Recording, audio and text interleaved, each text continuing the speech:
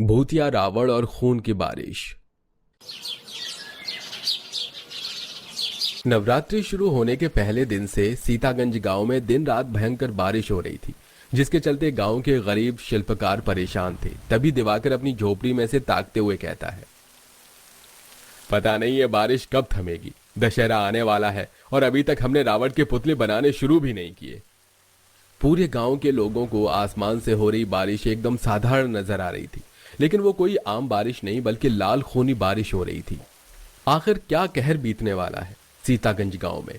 इसी तरह एक दो दिन गुजारने के बाद बारिश रुक जाती है। सभी निवासियों ने अपने घर द्वार में मां दुर्गा की मूर्ति स्थापित करके नवरात्रि मनाई हुई थी। गांव के ज्यादातर परिवार शिल्पकार थे जो मूर्ति और रावण बनाते थे। सबसे विशाल दशहरा मेला सीतागंज गांव में ही लगता था। देखो दिवाकर भाई, आज तो मैंने एक दिन में 2 रावण तैयार कर लिए। तुमने कितने रावण बनाए? अरे मेरा तो अभी तक एक रावण भी तैयार नहीं हुआ राकेश। सब कुछ तो बन गया, बस ये 10 सिर बनाने में बड़ी दिक्कत सी हो रही है। अरे रुको, मैं आकर मदद करवाता हूँ। हे राम जी भला हो, अरे कहाँ से बनेगा रावण का सिर? इतने पिलपिले से तो पूले हैं। सूखे घास फूस से पुतला बेहतर बनता है। वैसे मैं जा रहा हूँ फूस लेने, तुम भी चल पड़ो। दोनों साथ में ले आएंगे। साल भर में एक बार दशहरा आता है, अगर इसमें भी अच्छी कमाई नहीं की तो कैसे गुजारा चलेगा भैया?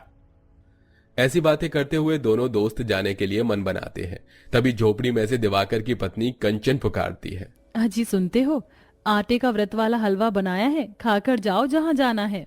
आकर खा लूंगा भाग्यवान, अभी खाने बैठूंगा तो देर लग जाएगी। घास फूस लेने जा रहा हूं जंगल। जंगल का नाम सुनते ही कंचन का दिल डर से तेज तेज धड़क उठता है, क्योंकि गांव के उस जंगल के कई भूतिया किस्से मशहूर थे। कंचन भागी भागी बाहर आकर बोलती है, टिंकू के बापू, जंगल में ज्यादा बखत मत लगाना, सूरज डूबने से पहले आ जाना। तुमको पता है ना, जंगल के अंदर भूत चुड़ैलों का साया है। अरे ठीक है, आ जाऊंगा भाग्यवान, तुम मुन्ना का ख्याल रखना। कुछ देर बाद दोनों जंगल की तरफ बढ़ते हैं, जहां दूर से ही देखने में वो जंगल बहुत ही ज्यादा भयंकर दिख रहा था। दोनों ने जैसे ही जंगल के अंदर कदम रखा, तभी बहुत सारे चील कौओं की टोली शोर मचाते हुए बाहर निकलती है, जिससे डर के मारे दोनों का गला सूखने लगता है। तभी एक अजीब बुजुर्ग सी बुढ़िया न जाने कहां से एकदम से उनके सामने आ जाती है। कौन हो तुम लोग और इस जंगल में क्या लेने आए हो? चले जाओ, मैं कहती हूँ चले जाओ यहाँ से, वरना बहुत पछताओगे। हाँ। अरे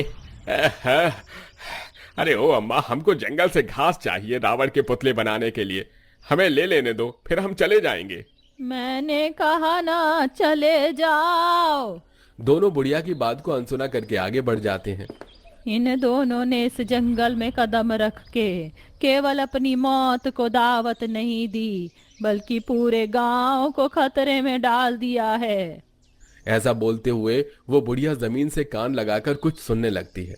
तभी उसे कुछ शैतानी मंत्र की आवाज सुनाई देती है, जहां आसमान और इंसानों की दुनिया से ठीक नीचे नरक लोक में भूत और चुड़ैल रावण को जागृत करने की काली पूजा कर रहे थे। चारों तरफ खून ही खून पड़ा था। नरक लोक का कुछ हिस्सा लावे की तरह जल रहा था। वहीं भूतों का सरदार भूदेव अपने सिर को काटकर अपना खून रावण को चढ़ा रहा था। ओम त्र्यंबकं यजामहे सुगंधिं पुष्टिवर्धनम् उर्वारुकमिव बन्धनान् मृत्योर्मोक्षीमामृतात्। ओम स्वः भूम भूम ओम सह जूम होम ओम। जागो राक्षसों के देवता रावण, जागो जागो जागो राक्षसों की जागो जागो राक्षसों के देवता रावण, जागो। तभी यज्ञ वेदी के अंदर से एक बहुत ही विशाल 10 सिर वाली काली परछाई बाहर निकलती है और सारे भूत चुड़ैल मिलकर डंका बजाने लगते हैं।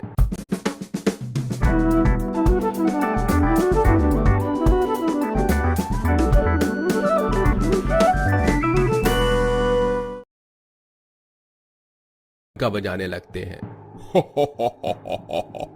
आखिरकार हम भूत चुड़ैल के कितने वर्षों की तपस्या का फल हमें मिल गया है।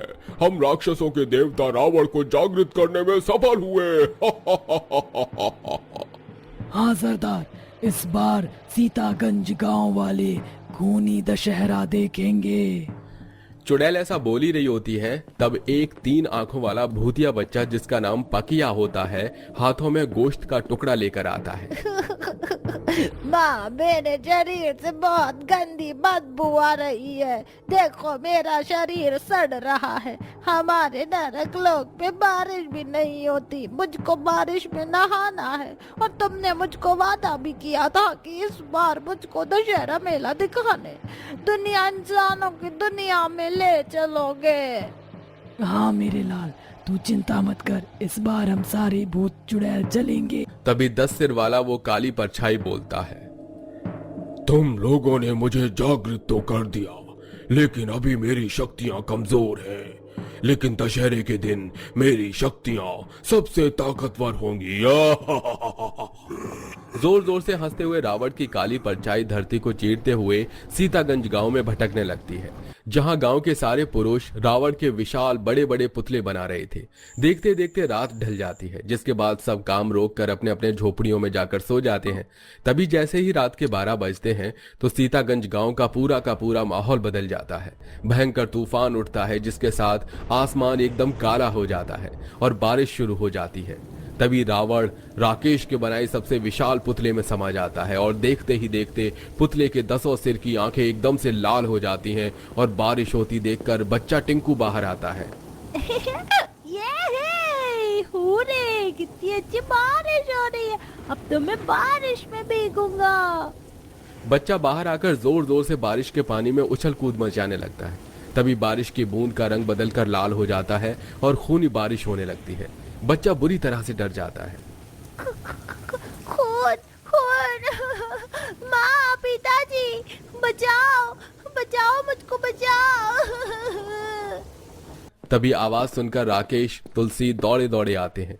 तब तक खूनी बारिश थम जाती है और जमीन भी सूख जाती है। तुलसी अपने बेटे को सीने से लगाकर पूछती है, क्या हुआ मेरे लाल? तू चिल्लाया क्यों और इतनी रात को बाहर क्यों है? माँ, यहाँ बारिश हो रही थी। मैं बारिश देख रहा था, नहाने